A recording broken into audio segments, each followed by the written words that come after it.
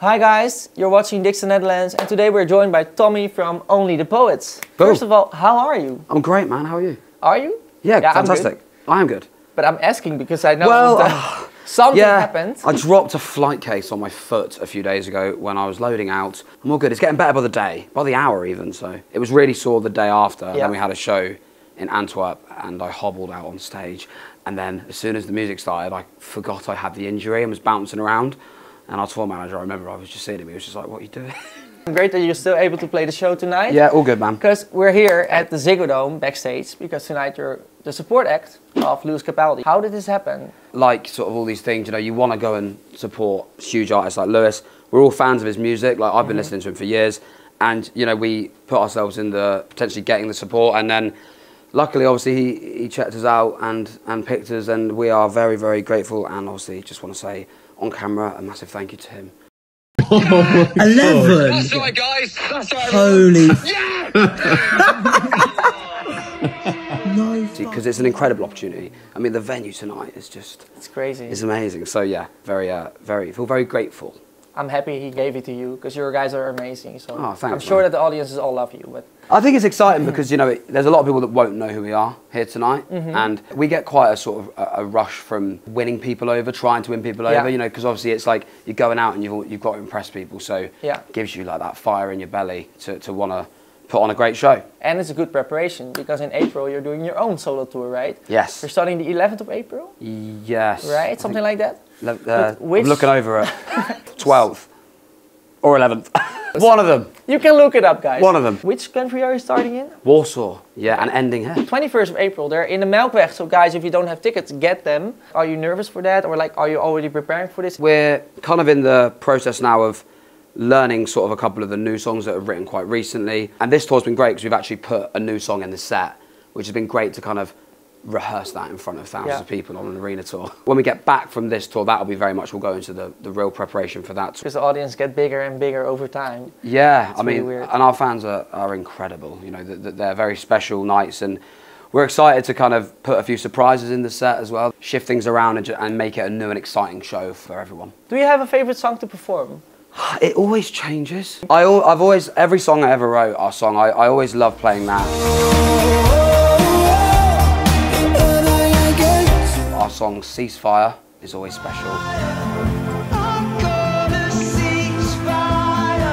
Yes, our song called Emotional, we get sort of everyone really jumping, and it feels like the perfect way to end it. It always changes, but those three always kind of stand out. But I mean, with performing comes a lot of pressure. So I mean, sometimes things go wrong. What is the most embarrassing thing you've until now experienced on stage? Unfortunately, there's been a few. Jumped off stage in Poland in the summer, and I jumped off the front of the stage, and I never jump off the stage. How high was it? Quite high, you know, like this high. And I jumped off and just went over on my ankle like that, and it was like as bad a sprain as you can do. So I jumped off this end and had to walk there, and I was just like walking past everyone. Oh, you were like limping with your foot. Literally limping, because I knew I've done it before, my ankle, so I knew. Straight away I was like, yeah, that's not good. I've also slipped over fully on stage before in Ireland as well. There's a photo of it. There's a photo of it? Literally of me mid-fall. Well, so yeah.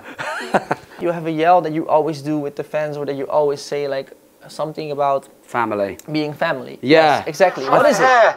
This is never ever band and fan. This is fucking... In the room, in our shows, you can really feel the kind of sense of community. And it's really important for us that everyone knows that there's no judgment in our shows, everyone is equal, everyone is accepted. I just kind of started saying like, this will never be band and fan, like this is family. It's sort of a perfect way to summarise how we feel about the community. It's amazing, and the support is so overwhelming. Like I'm never gonna get used to it. It is quite incredible, just the things they do for you, and you know, just, see what I mean? I'm just thinking about it now, I'm literally just going, God, it is actually wild. Doing music is tough, and like, the moments like that really make it so worthwhile, and we just feel really lucky to have them. Yeah, for sure. And you did something for them back as well with the poster. How did that idea come up? We signed to a record label, which EMI, is... right? Yeah, EMI, yeah. So, and rather than just sort of announcing it, we wanted to sort of, again, reinstate and remind people that the fans are the reason why. So we were like, well, we want to say a direct thank you to you. So we came up with an idea to basically, there was a little short bit of text that says, because of your support, we have signed a record deal. And this is all down to you. So we've got like a mailing list with all the fans on, put all their names, printed all their names at the back of it. On the poster. As many as we could. Said rather than just posting it, we were like, well, why don't we go to a really cool place and try and get people there and like unveil it like a big poster, like we did. We wanted to do Berlin, let's just try and get as many people as we can there, and about 800 people came. And that's so many. I know, for something like that, that's crazy. I know, I mean, you like can see how loyal they are, right? Yeah. It's cool, really cool. Had a megaphone. I had to say like a little speech. I've never been that, like any show we've ever done. No? Never been as nervous. But so you're not as nervous for singing as you are for doing a speech? No, it's public speaking, isn't it? It's and I went, thank you, and just froze. Yeah. I forgot everything I was saying. It looks really good. And I think it's really special. I never saw something like that before. I think none of us did, right? I mean, we all were like, oh, it's really cool. And you're all still young, so you probably know how it feels to be a fan of someone. Totally. Are there any musical inspirations you have that you really look up to? We all really like the Britpop, like 90s Britpop bands from the UK. We're really proud to be British, and I feel like lots of those bands sort of champion that. Just bands like The Cure and Blur, Oasis, the Stone Roses, like, and I just like the fact that back then people would really like live with albums and live with records. Yeah, nowadays, really listen to the full thing. Yeah, exactly. They were like bodies of work that represented moments in time, and I think that always kind of stuck out to me. Something else you love besides music is football. Yeah. All of you guys do, I guess. Love it. What's your favorite club in the UK, and what's your favorite club here? So we're from Reading. I'm a huge Reading fan. Always have been. I was like a season ticket holder when I was younger. Yeah. So I used to go to like every home game. Like it means a lot to me, that football club. So here, I mean Ajax probably, because I just admire some of the football that they play and that I've watched in the Champions League. Yeah. Okay. Well, Ajax. Yeah. Shout out to you. You guys are friends, right? Yeah. You guys have been together for quite a long time already, and you spend a lot of time together, especially now on tour. Is there ever a moment that you're like, oh my god, I'm sick of you? I can imagine if four friends are on the road, like sometimes you must be exhausted of each other. Honestly, like we're so close and we know each other's personalities.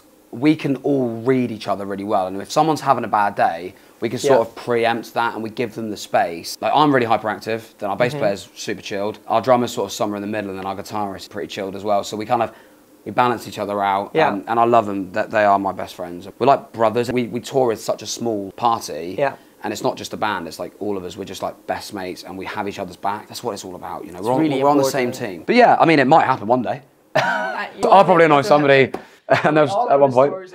And you can really see the chemistry when you're on stage or like doing videos. Or I think that's why it's more special for us to be able to do this. Like for example, tonight, you know, we go out and we play in front of 17,000 people, I think it is tonight, which is just crazy. And then sort of I'm looking out and I just turn to my left and my right and behind me, and it's just like your best mates are there, and it's like, wow, I get to share these moments that we won't ever forget, like with the people that... With your best friends. Yeah.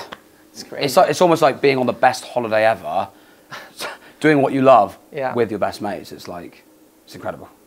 And it's our job. So it's wild. Thank you so much for your time. You're welcome, man. And have a blast tonight. Thank you, I'm sure you'll kill it. Don't hurt yourself anymore. Oh no, I don't have to load out anymore. Great.